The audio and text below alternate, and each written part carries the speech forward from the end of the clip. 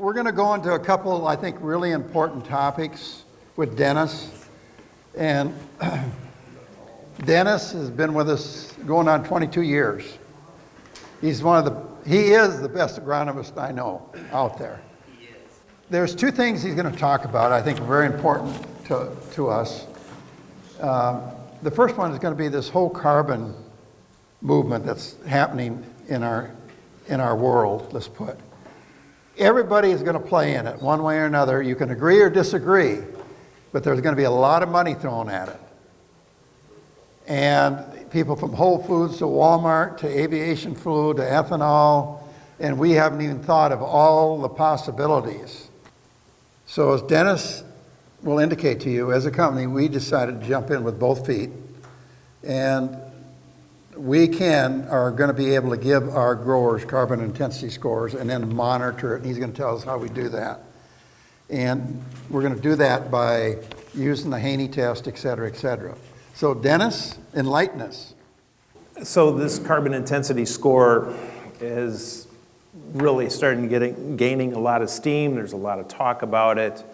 We were at the Iowa Ag Expo in Des Moines, and they had a seminar on it. There's a lot of steam that we're gaining from this carbon intensity. So let's jump in here. What is carbon intensity? The amount of carbon energy that goes into every unit or every bushel of grain. That's what we're focusing on right now. This is mainly corn is what we're talking about. What is this carbon intensity score? It's a standardized unit of measurement to record our carbon footprint and our environmental impact. This is all coming about from the Inflation Reduction Act from the Biden administration. But it has both sides. It has Republican and Democrat support. So this is here to stay. It's not going to go anywhere. So what is this Section 45Z? This is the tax program that has the money that's going to go back to the ethanol plants. So it's a tax credit designed to encourage the production of clean transportation fuels with a focus on reducing greenhouse gas emissions. And it's mainly for ethanol plants, biodiesel plants, also SAF. I'll get into that here in a minute. SAF is a sustainable aviation fuel. Here it is, 40B, sustainable aviation fuel. So the producers of the SAF are eligible for a tax credit of $1.25 per gallon. The qualifying SAF must reduce greenhouse gas emissions by 50%, and that decreases their greenhouse gas emissions by more than 50% to be eligible for an additional $0.01 per gallon if they go over that 50%, and then up to 50 cents per gallon after that. To be eligible, the SAF producers must be registered with the IRS. So for these SAF producers to gain this tax incentive, they're going to have low carbon intensity scores. So more on this SAF deal. We think that this is actually going to be more important than regular just plain ethanol. They're going to use ethanol to make SAF, make this sustainable aviation fuel. And they're already doing some of this. I've got a slide at the end of my presentation that talks about they just put up a new plant in Georgia, I want to say, that is going to produce SAF from ethanol. So ethanol can be used to produce this aviation fuel. It takes 12 carbons to produce the SAF, while it only takes 2 carbons to produce the ethanol. So there is why we're going to have a lower carbon intensity score to produce the SAF versus the ethanol. Low CI scores will be more critical for SAF, yeah. Okay, so this is the corn usage in our country. So about 38% goes to feed, about 14% goes to exports, 30% goes to ethanol, and then of that ethanol, another 8.3% goes to DDGs and feedstocks. And then you've got all your food additives, your high fructose corn syrup, glucose, dextrose, starch, cereal, all that type of thing. That's only about 10%. So between feed and ethanol, there's a huge amount that goes towards corn. So you're at close to 40% of the corn goes to ethanol. The CI score is all based on the GREET model, and that stands for greenhouse gases, regulated emissions, and energy use in transportation. Tools used as the baseline to measure carbon intensity.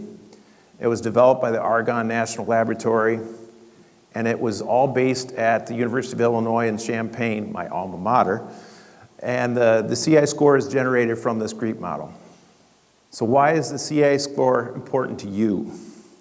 As farmers, we're part of that carbon footprint of the biofuel company, the ethanol. 50% of their carbon footprint of the ethanol and biofuels, it comes from the grain that we grow. So with your CI score, you can work with ethanol plants and biodiesel plants to lower their score. They're going to get tax credits from the government, and then they, hopefully, will share it with you. We're hoping that they're going to share 50% of that. That's all to be determined by the ethanol plants. But by getting your CI score, you can go to the ethanol plant, talk to them, and show them how low your score is and how much it can influence their carbon footprint and how much money they can make, thus you can make. It gives the farmer visibility, control, and rewards. The farmer's starting CI score is what the federal government gives you is 29.1. You're going to automatically get a CI score starting on January 1st, 2025. Whether you want it or not, you'll get 29.1. If you have your own score, it's likely to be lower than that. Most of the average CI scores through Continuum Ag, that's who we're kind of working with on this, is 9.9. So that's much lower than that 29.1. So the biofuels, the ethanol plants, their starting score, their starting CI score, their carbon footprint is at 55 before anything happens.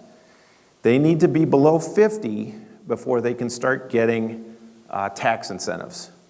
And again, this starts on January 1st, 2025. The lower the CI score, the more money they get back. The more it can influence the biofuel CI score, and the more tax incentives. Your CI score can lower their CI score, the ethanol and biofuel. The biofuel companies will receive tax rebates. It's coming from the government, from the IRS, and then they're going to share it with us. So let's look at the numbers here. The tax incentives to the ethanol plants is 2 cents per CI reduction per gallon of ethanol. So that means there's 2.7 gallons of ethanol per bushel of corn times that 2 cents that we're talking about. That's 5.4 cents per bushel that you can get as a tax credit. So these biofuel companies, they're going to need verification if they're going to pay. So the big thing is we want to get that CI score. The cost is going to be, and I've got a slide on this, but the cost is going to be $500 for your whole operation on just corn. We want to get that initial score so that we have something to go to the ethanol plants and say, okay, this is my score.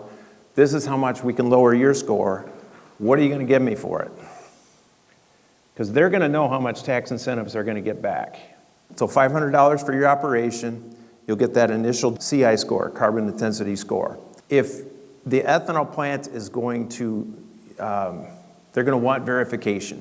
That's going to be $5 an acre, and there's a third party, not us, not Continuum Ag, that's going to do this verification. They're going to go back and they're going to look at all the different things, all your different inputs, your cover crops, no-till, all these different things that you did. They're going to verify that that's all true. And for $5 an acre, they're going to do that. Now, that initial $500 that you put in is going to, you'll get it back in that $5 an acre. So essentially, you're getting 100 acres for free by going with the $5 an acre deal. So how do I get this score? So you go online, it's topsoil.ag, and you fill out all your tillage passes. You know, what nitrogen you put on and rates of nitrogen you put on, anhydrous ammonia, all these different things. And luckily, on this GREET model, they're showing the anhydrous is actually more harmful than other forms of nitrogen. I've been trying to tell guys to get off the anhydrous, and it's verifying it. So cover crops will lower that score significantly, probably cut it in half. I'm still playing around with that a little bit to see exactly how much it'll drop it. And I think it depends on the situation. And that cover crop can be, putting oats out after, going right before corn so that it winter kills so you don't have to worry about it coming back the next spring. It could be integrating cover crops in like intercropping system. I've got several growers that are intercropping cover crops in between their corn rows. Some you can do it with a drone, like what John does. So there's a lot of different ways. But just getting a cover crop out there on this GREET model will make a huge difference. The amount of pesticides you use, the amount of fertilizers you use, which ones you use, all those make have a huge factor in the CI score. Dennis, would you say the growers that are going regenerative are already going to be doing a lot of these, and they'd be in a lot better position to Absolutely. be able to collect dollars and maybe grow that dollar over time? Absolutely. The less tillage you do, the more cover crops you do, the better your soil is doing, the more you're sequestering that carbon, which is what they want in the first place. The cover crop thing, what Tom's been doing, your CI score is going to be nice and low, really low. I have a third organic, 2/3 conventional.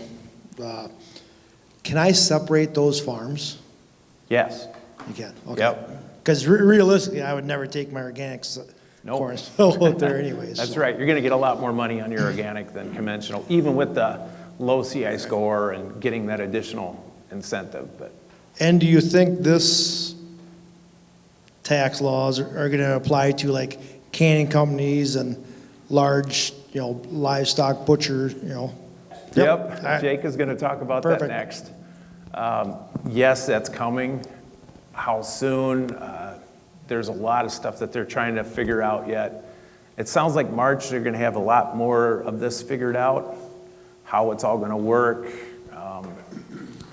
when the money's going to come back. But the money is there, and it's substantial. I mean, if you take that 5.4 cents and you lower your actually, I'll get into that because I think I've got an example in here. Okay, this was the plant I was talking about. It's called LanzaJet. This is the SAF producing, so they're taking the ethanol and producing SAF from it. And this is where the industry is moving. Yeah, here's the actual article. So this is from Tom Vilsack. Farmers need to understand the significance of this. I want you all to understand this is a critical moment, a make or break moment, and if it's not seized and not taken advantage of, you may have a different conversation years down the road. Don't miss this opportunity. So Tom Vilsack's getting on top of it too. He's pushing it. Here's the key. So every bushel of corn starting in 2024 will have a CI score. So your corn that you're raising in 2024, that's what we're going to get the CI score on. It will either be a verified score or it will be 29.1. The choice is yours. So we definitely want to take advantage of that. Is there any money in the 29.1 score? No. So you got to get it less than Yeah. 29.1. Yeah. So if I do cover crops and I'm no-till, I could pick up, probably drop it by what, eight It's to going to 10 be points? No, it'll be much lower than that. It could be down as low as some of the guys, and yield is another big factor too. So if you have a higher yield APH, that's going to make a big factor too. So if you have a 225 average, and then you're raising cover crops and you're no-tilling, that score could be a negative. Yeah. And the more we reduce our nitrogen, the better. The more manure we apply, the better. Now, if you have more organic matter, you don't have to apply as much nitrogen, which would go back to lowering your CI score. Nitrous oxide, that's what it was. There's more nitrous oxide produced when you apply synthetic nitrogen versus applying manure. And actually, by augmenting that manure, you'd have less methane, because that's what your manure is producing methane. The nitrous oxide is more of a contributor of greenhouse gases and on the GREET model. So that's why they're saying manure makes a big deal on the CI score. So those applying manure are already starting at a lower spot too on that CI score. So Dennis, now, I'm no-tilling, I have cover crops, so I get a score that I can market Yep. basically in 2025? Yep, starting January 1st, 2004. Okay, now I start marketing in 2025, but I want to. You want to start marketing it now. You want Okay. to start talking to your ethanol plants now. Okay. What about the guys that aren't selling to an ethanol plant? Yeah, that is the other thing. So if you're selling it to an elevator, and the elevator then is selling it to an ethanol plant, which is pretty common, there's another, there's like another middleman in there, so you're going to get less money for sure.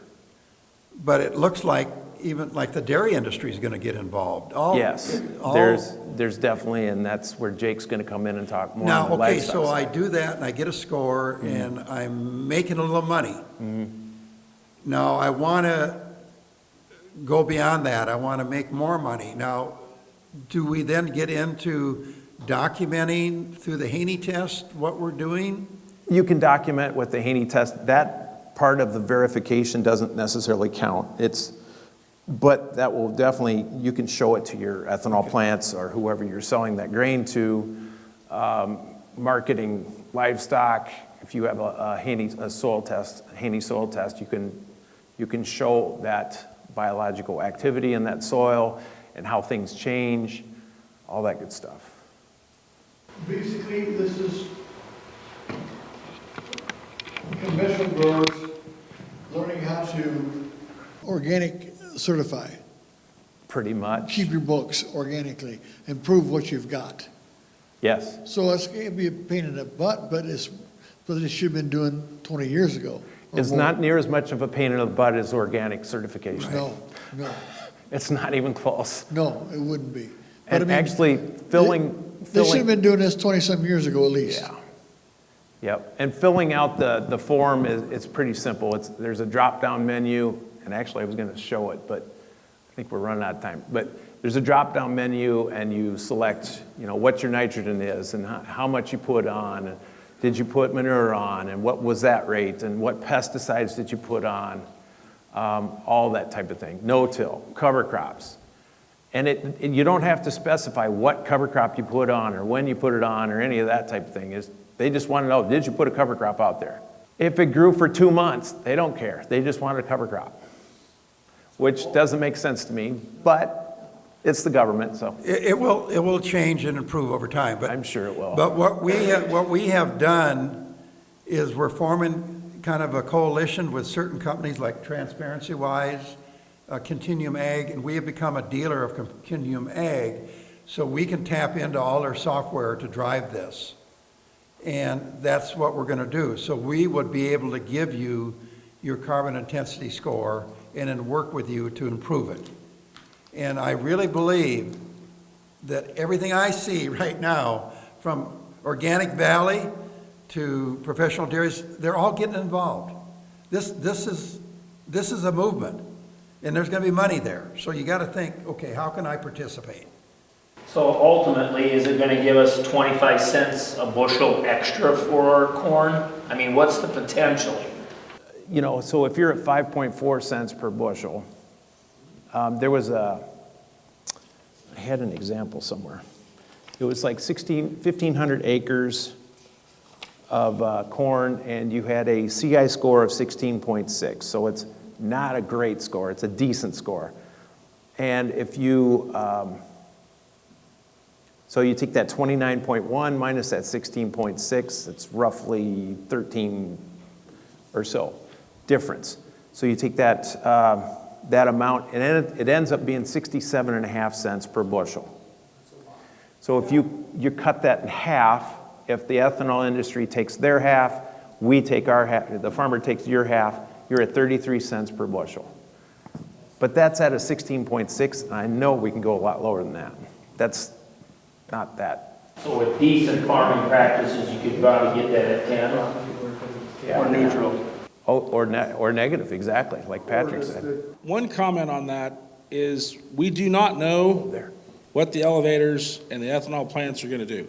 Right. So be very careful with, everything he's saying is exactly true, but we're saying it could be 50%, but we don't know that. Nope, we don't. So you got to, don't take this to the bank yet, is what I'm trying to say.